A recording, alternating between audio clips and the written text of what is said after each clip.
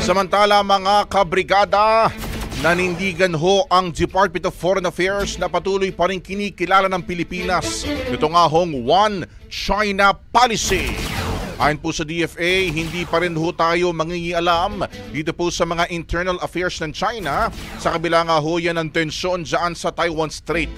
Una na ho kasing nag-react ang China sa naging pahayag ni Pangulong Bongbong Marcos na posibleng makialam daw ang Pilipinas sa mga kaganapan sa Taiwan na agad naman nga hong ikinabahala ng China.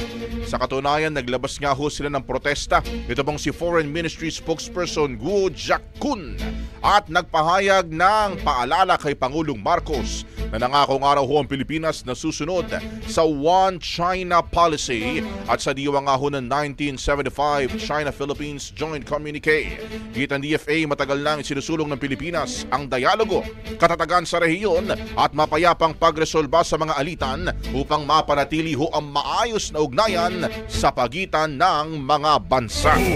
Ang bahaging ito ay hatid sa atin ng Maxan Mangosteen Santone Coffee. Max Healthy, Max Sarap.